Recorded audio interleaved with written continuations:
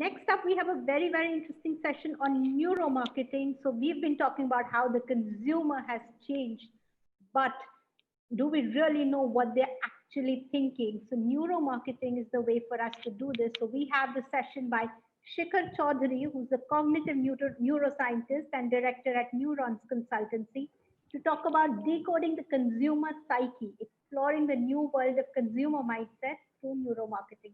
Welcome, Shikhar. Great to have you with us. Hi, thanks for having me. So let me just start by sharing a deck here. Just hold on one sec. Yep. Oh, okay, sure. So let me quickly start by giving you an understanding what marketing actually is and why we need neuromarketing to begin with. So if anyone's here read, say, Daniel Kahneman's book or any sort of behavioral research book or anything in consumer insights for the last 5-10 years, I think it's been well stated and it's well evaluated that consumers don't make decisions rationally, or consumers don't make conscious decisions like we assume them to. So according to a lot of consumer neuroscience, we know there's two ways of thinking and there's two ways of decision making.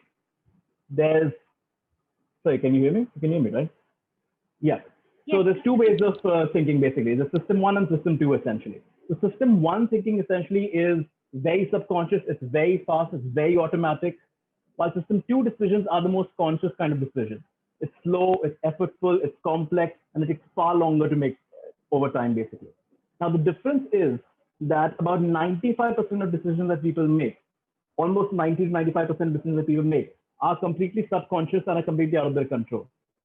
So it's only a very thin margin of decisions, only about 5% of decisions that people make on a day-to-day basis are dependent on the conscious mind altogether. Those are the only ones that you can actually measure through traditional methodologies like a focus group, like a survey, like interviews. So that brings about a massive amount of limitations in understanding consumer responses because you're only able to gather the surface level responses and you're not able to get to the major chunk of the iceberg that is underneath basically. That's where actual consumer neuroscience comes in. Now, consumer neuroscience is basically a mix of a lot of different fields altogether. So there's elements of economics and neuroeconomics in it. There's elements of psychology and experimental psychology in it. Obviously, there's elements of decision neuroscience and neuroimaging in it. It's a combination of fields basically that work together to essentially understand how consumers make decisions and how the motivating factors behind them are actually driving them to decisions. So what we basically do at Neurons Inc. essentially is we use these tools and techniques. We use research from psychology and behavioral science and a lot of other artificial intelligence research work. And we use things like neuroimaging, brain mapping, and eye tracking, facial coding. We use a lot of these cutting edge tools to essentially understand the subconscious mind of the consumer. So we go beyond traditional methodologies. And what we do is we try and understand on a second by second basis, how do people actually feel when they look at an ad? How do people actually feel when they look at a piece of media or when they interact with digital marketing or when they look at a product or interact with the product on the shelf in a store? All of those things can be understood without asking people a single question. Because we're capturing data directly from the brain itself, we're able to gather data that's far stronger predictive and that's far stronger in actually knowing how they feel in real time and what their market behavior is going to look like. So the way that we tend to go about doing this is essentially two kinds of equipment. So something that we use for eye tracking is called the Tobii Pro glasses. The Tobii Pro glasses are basically glasses the person wears on their face. And it has a camera in the center there that films everything that the person looks at in real time. As well as it has sensors underneath that basically tracks the person's eye movement in real time. Along with this, the person wears an EEG headset, a brain mapping headset on top of their head. It's a 10-channel system that basically measures their brainwaves in real time, and it's completely wireless tool that sends signals directly to the computer via Bluetooth. So the way that this essentially looks like is, so here you see the EEG brain mapping headset. It's a thin strip that goes on top of the person's head. It has tiny electrodes that just touch your scalp. Basically, there's a small amount of water-soluble gel on it. So there's nothing, no harm being caused to your head or your hair, basically. And the tiny computer on the back essentially is sending signals directly from the brain, directly via Bluetooth to a computer nearby.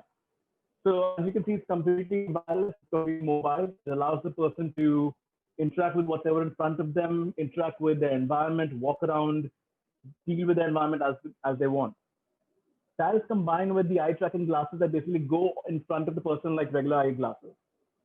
These two things combined together give us a very minute understanding of consumer behavior, because on a second by second precision value, we can capture things like their emotional responses, we can capture their attention responses, we can capture things like their cognitive responses, essentially how well do they comprehend information?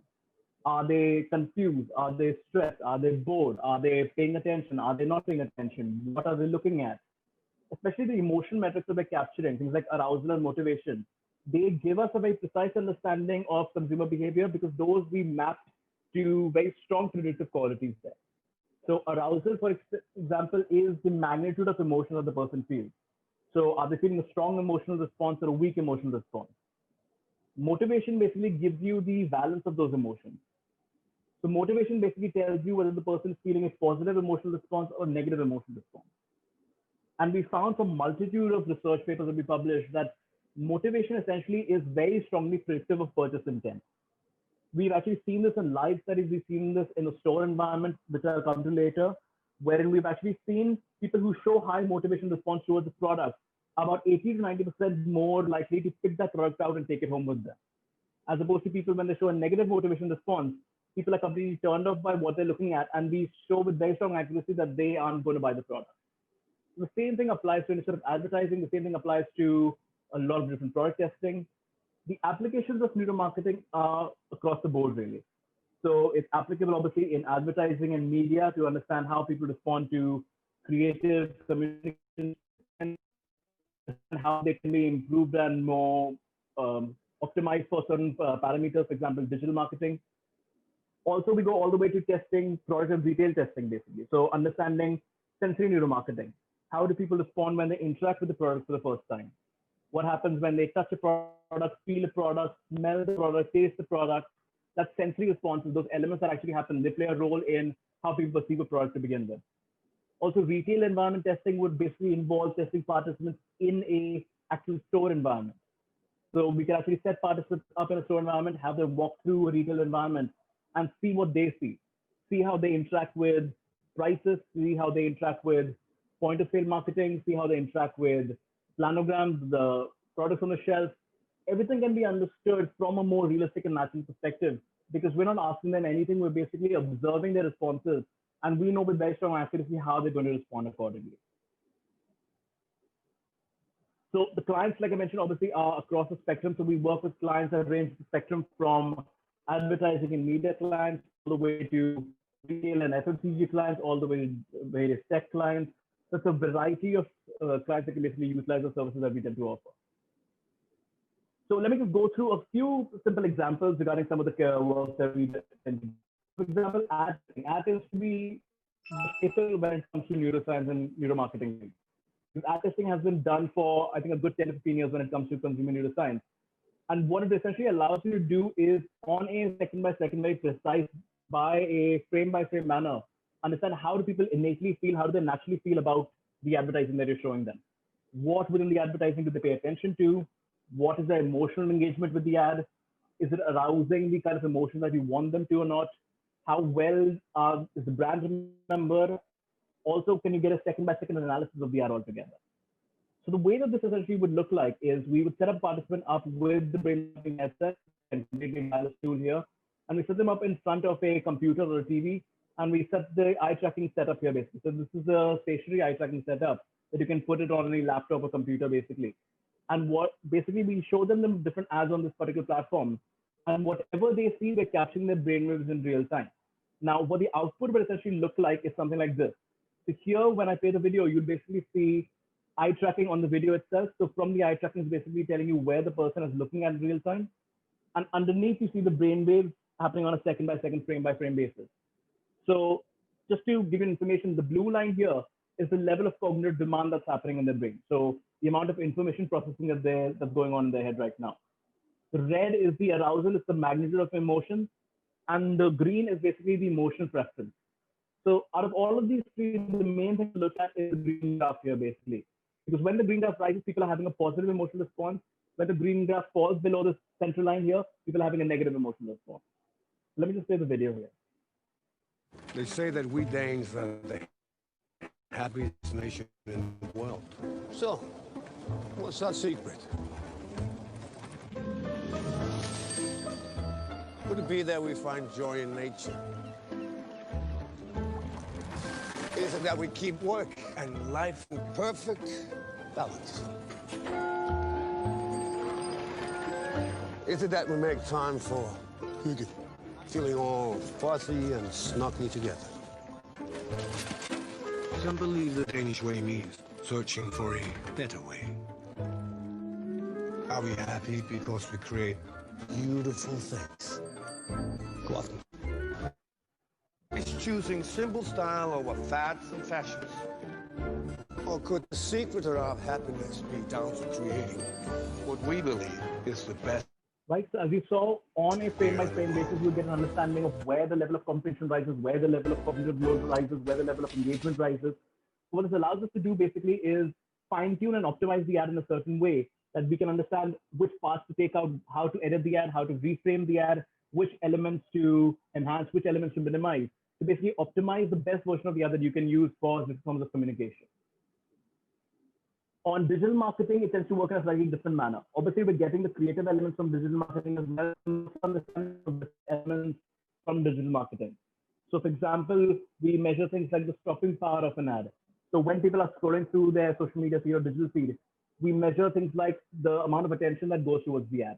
So basically, what is the stopping power of the ad? Does the ad cause you to stop when you're scrolling through your Facebook feed or your Instagram feed? The transmission part is basically how well is the ad essentially understood.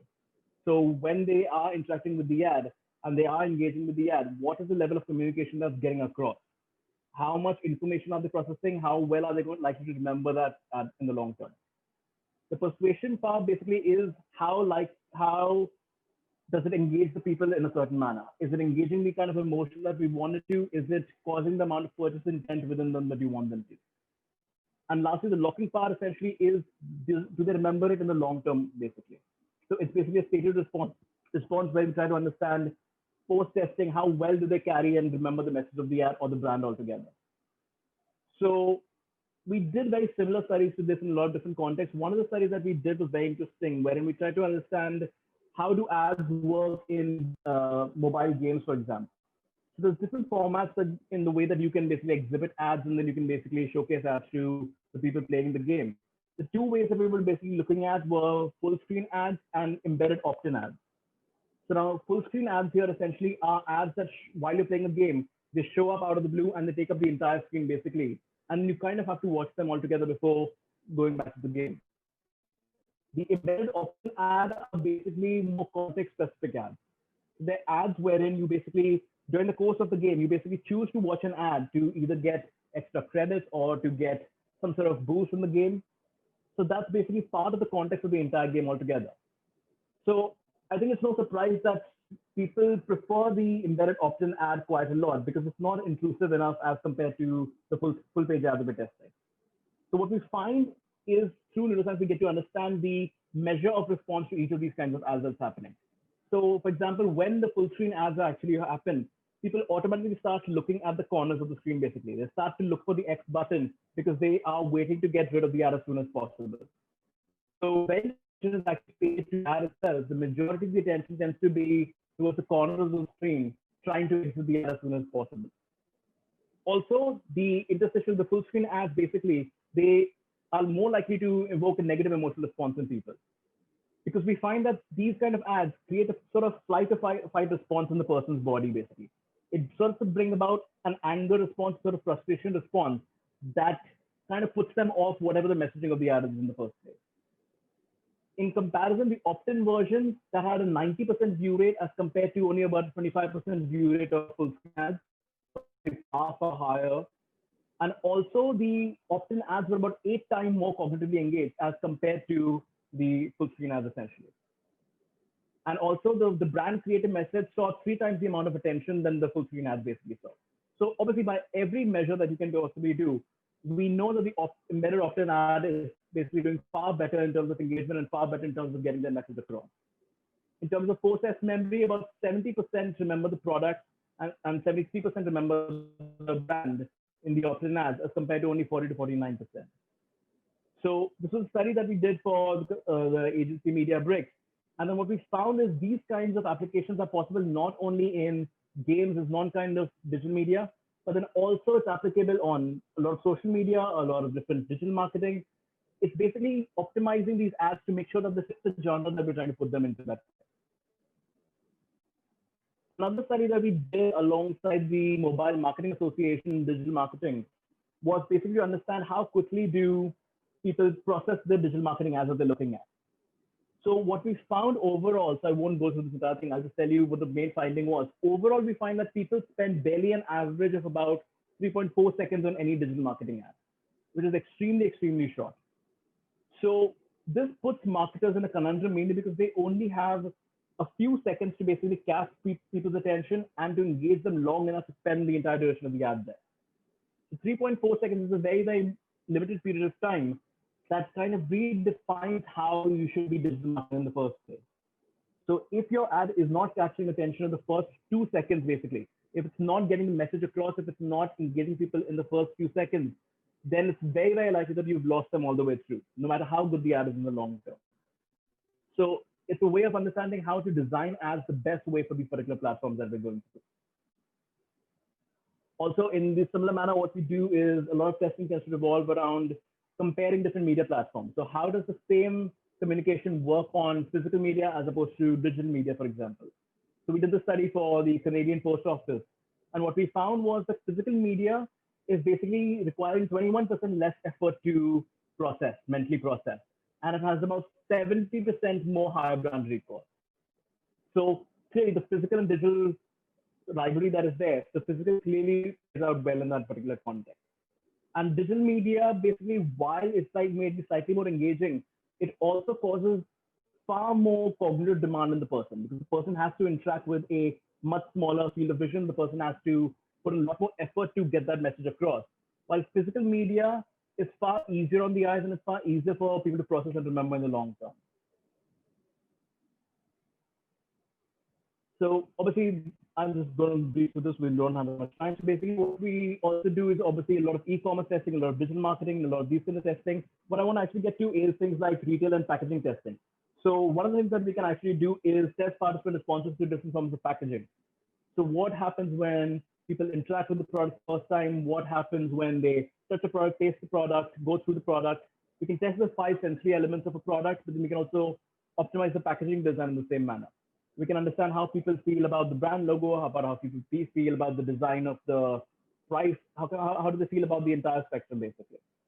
So an example that I want to show you in that regard is basically a study that we did for Coca-Cola, wherein we basically analyzed the different signature glasses that they were offering at that particular point. And what we find in this particular study is the perception of the packaging changes the way that you interact with the product altogether. So in this study, people were drinking Coca-Cola from a regular glass as opposed to glasses specially made by Coca-Cola and for Coca-Cola. So the experience of drinking Coca-Cola in those special glasses actually changes your taste perception, your sensory perception of the brand itself. It's that powerful. So let me just show you that look.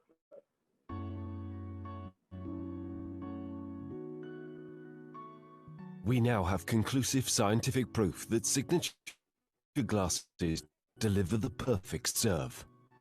Global glassware giant PSYCHE commissioned leading global market research specialists Ipsos, together with applied neuroscience company Neurons Inc., to conduct neurological research, seeking to establish if and to what degree there is a conscious as well as unconscious improvement in user experience when consuming a beverage using a signature glass. The subjects asked to drink Coca-Cola from different non-branded, branded and signature glasses. We used EEG and eye tracking to measure unconscious reactions throughout the drinking experience. This controlled process and methodology allows close understanding of subject responses from both a conscious and unconscious perspective. Eye tracking measures visual attention. It tracks exactly what subjects are actually paying attention to. Electroencephalography, or EEG, is an electrophysiological monitoring method to record electrical activity of the brain. EEG technology allows us to amplify the microelectrical impulses between neurons in the brain. EEG uses electrodes placed in particular locations on the scalp that then send the tiny signals to a computer where the results are recorded. We then match the EEG data with the eye tracking analysis. And this scientific approach tells us exactly what test subjects are looking at, as well as how they're feeling while answering particular qualitative questions relating to the study. The results were conclusive. When Coca-Cola is consumed in a Coca-Cola signature glass, as tested against a non-branded generic glass or branded generic glass, the emotional engagement, functional appeal, visual appeal, appeal to own and willingness to pay all rank highest. Simply put, signature glasses deliver the perfect serve.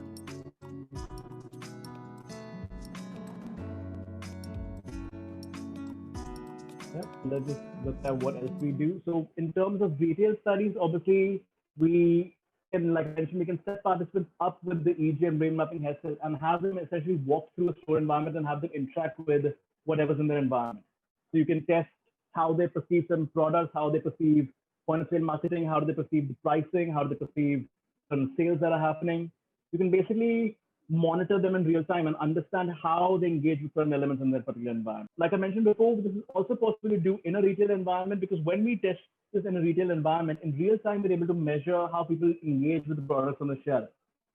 So when they have high stress response to a certain product, it's possible to tell the brain mapping itself, essentially. For example, when they have high amounts of motivation, when they have high emotional preference, they look at a product and they have high emotional preference, we know with very strong accuracy that they're going to put this on the bag in the first place. Alternatively, when they show a negative emotional response, when they show a very, very low motivation response looking at a product, we know with very strong accuracy that they aren't going to pick that product up. Right, let me go to the next one. And again, I mean, I can keep on going about the different kinds of permutation combination that can be done with this. So obviously, there's no limitations when it comes to this. Obviously, we've done a lot of work within the automobile industry as well, particularly when, for example, when people are driving around.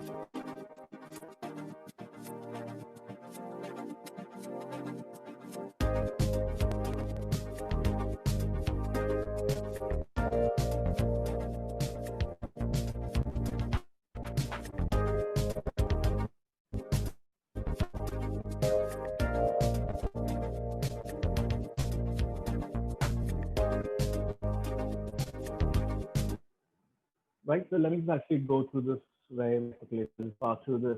One of the studies that we did, which was very popular, was with the Sony Ericsson. And what we did was we wanted to understand how do delays in a phone environment basically change people's perception of the brand altogether, or what is the level of stress that they can encounter and how quickly do they encounter that basically.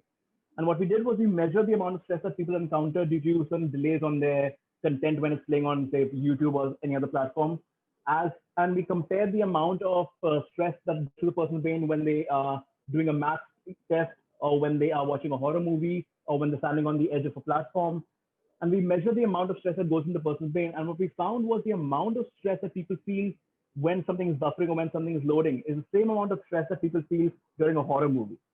So it's startling that the amount of stress that we deal with on a day-to-day basis when there's buffering or when there's loading or when something isn't working out, it's as stressful as the amount of intensity that you would feel in the brain when you're watching a horror movie, for example. And also the amount of delay that actually happens obviously has a negative impact on the content that's being played.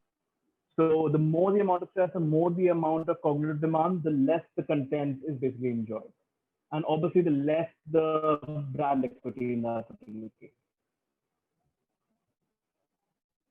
So another final thing I want to go through very quickly is basically something that we did for Spotify. So when Spotify was coming to India, they essentially wanted to understand how people respond to different forms of songs. How should they basically prime their product for the Indian market altogether? So what we did was we tested about I would say about 18, 19 different songs from different languages, from different genres, different kinds of tempos. And what we did was we analyzed the brainwaves of people while they were interacting with all of these songs.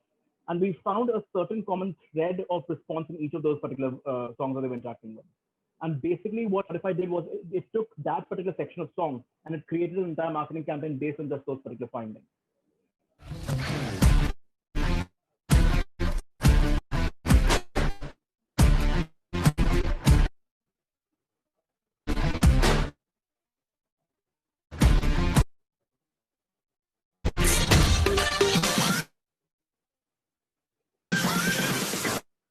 India releases over 100,000 music videos each year, 2,500 hits. The rest misses. That's a 0.025% chance of a hit. So, for Spotify India's launch music video, we didn't leave it to chance. We made a musical hit with math. The beat of a billion. The hunt for the rhythm that has the greatest probability of a hit. We started by making a playlist of India's top hits, songs from multiple languages and different genres, and made a mixed group of people listen to it. As they listened, we monitored their brain's reward system, fishing out parts that spiked their interest. We then ran all the liked music samples through an algorithm that highlighted patterns, beat progressions, instruments, and other commonalities. This data was rehumanized by ear to pick out the most recurring beat. This beat. We called it the beat of a billion. The beat became the backbone of our track, and Mickey wove his magic around it with more elements from the data, including the classic vocal mnemonic, duck, duck, duck. Let's hear it again.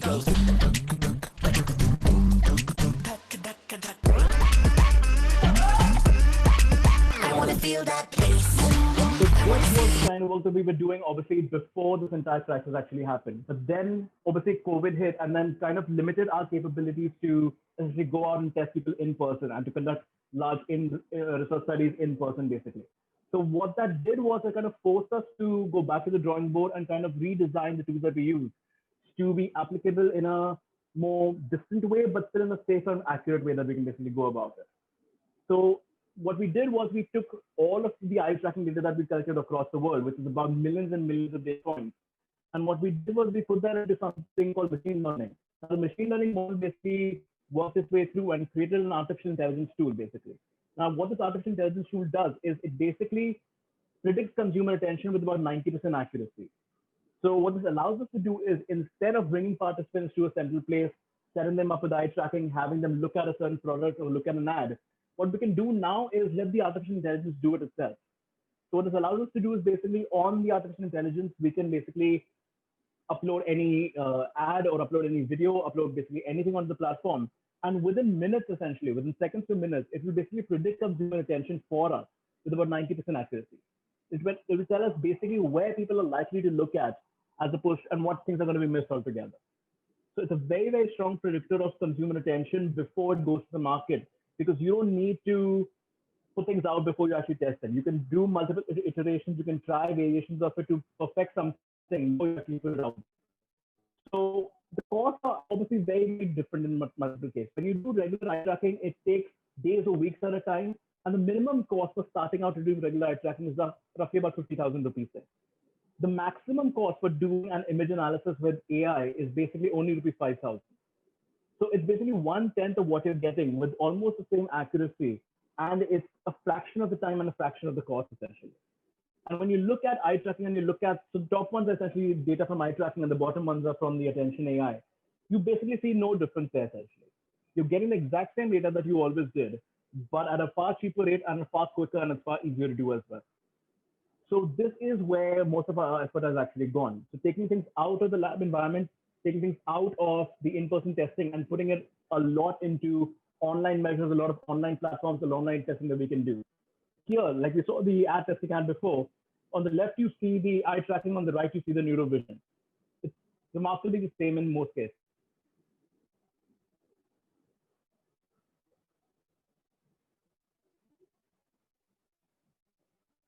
So we find a lot of different insights from things like the neurovision analysis that we basically do, the attention eye tracking that we do. So what we find, one of the things is where to place a particular brand logo, for example. I think this is a very commonly known trope in consumer research, basically, but we find that putting any brand on the bottom right area of any sort of advertising will basically lead to it not being seen at all. That's why it's basically called the corner of death. Even when we've done eye tracking studies, we find the majority of the attention obviously is to be focused on the central area or maybe the bottom left area.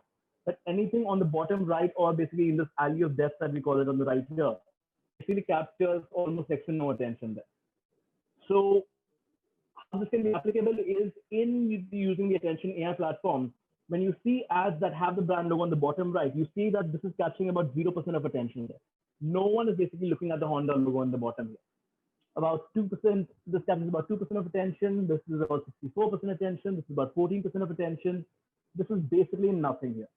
So now what to do is basically we try different permutation combinations. You can try iterations of it. Take the logo, make it bigger, make it a different font, put it in different places, change things around just to make sure that what you want to capture attention is capturing attention before you put it out in the world.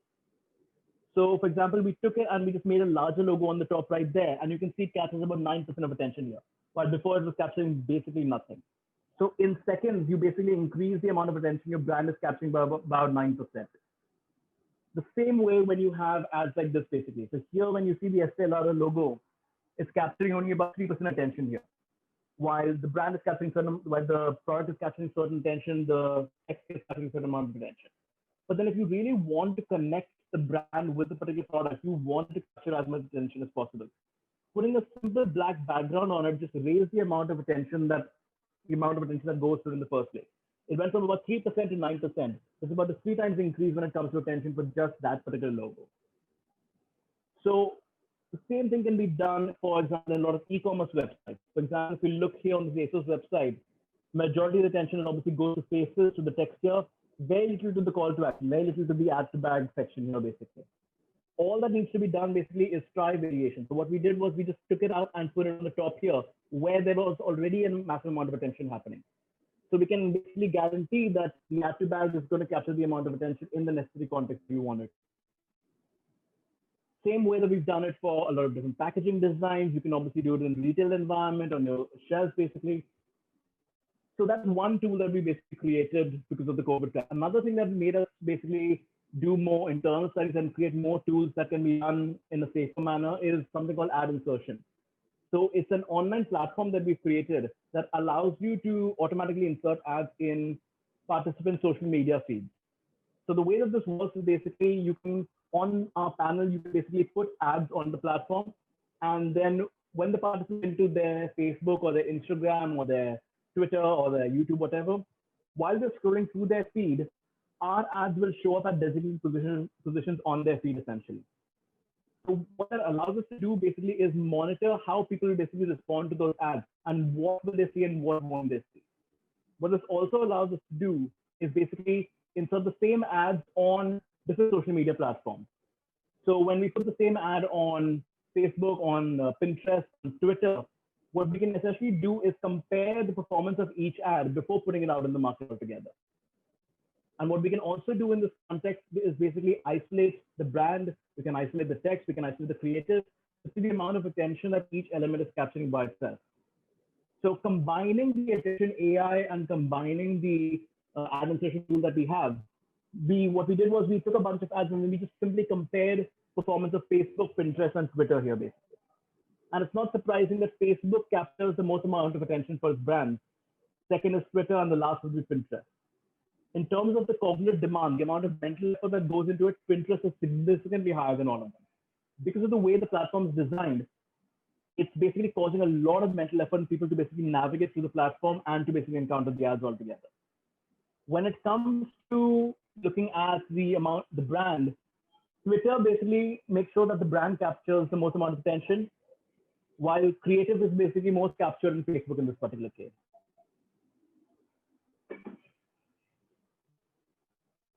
Other things that we tend to use are things like the normal neuropsychological memory battery, which is basically doing a post-test survey to understand their memorability to whatever they're encountering. I just quickly want to go through this. So one of the things that we do is the implicit association test, which is again an online test that participants do. You can show them an ad, you can show them a brand, and then you can show them certain attributes. And what the test does is basically it allows you to measure their responses to those particular brands, their implicit responses. So you're not asking them how they feel about Coca-Cola. You're not asking them how they feel about Pepsi or how they correlate to certain attributes. You're basically measuring it in real time because the tasks that they're doing online. And through the tasks, their reaction times are being measured while they're associating certain brands and certain attributes together. So it's a far more active way of understanding the deeper bias and subconscious insights that are actually happening in persons that can't be gotten through traditional methods. So let me give you an example of what this quickly looks like. So for example, we got an ad from Ben & Jerry's, the ice cream place. And what this basically allowed us to do is test their as in different social media platforms. So what we did was we inserted in certain social media platforms. Essentially what we did was we ran a attention AI analysis on it, and we found that, okay, the tag here, the Ben & Jerry's tag is capturing a lot of attention, the call to action is capturing significant attention, the brand here itself, the product itself, limited amount of attention on the name of the ice cream, the half-baked ice cream here basically. So, but we still feel like it's capturing a decent amount of attention all across the spectrum here. So what we did was we can proceed with more neuropsychological testing. So once people saw this in their feed, post that, what we can do is test them to see how well do they actually remember what they saw. Do they remember encountering it? Do they remember spending time with it? We can do top of the mind recall. We can do cue category recall. And what we found was Ben & Jerry was near very high as compared to the other scorers that were that we were testing. And finally, what we can also do is test their explicit responses versus implicit responses. So asking them what they associate Ben & Jerry's with, we can measure the strength of those responses. And while we do the implicit association, we can measure the amount of responses to that as well. For example, they could mention half-baked in the explicit responses.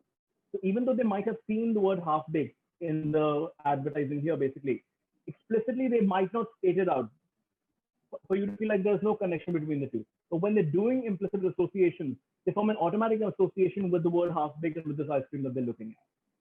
So implicitly, the associations that they're making might be very, very different from the association that they might tell you out loud, essentially. And the final thing that we tend to do is facial coding, which I think is a very normal staple of online testing. So facial coding basically involves using the participant's own webcam to have them interact with any sort of communication or creative.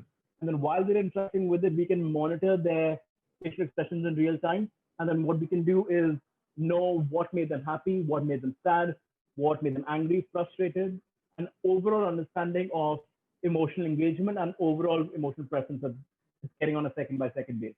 No, thank you so much. I think this was a wonderful presentation and a lot of new things to learn and hear from you. Thank you for your time today, Shikhar.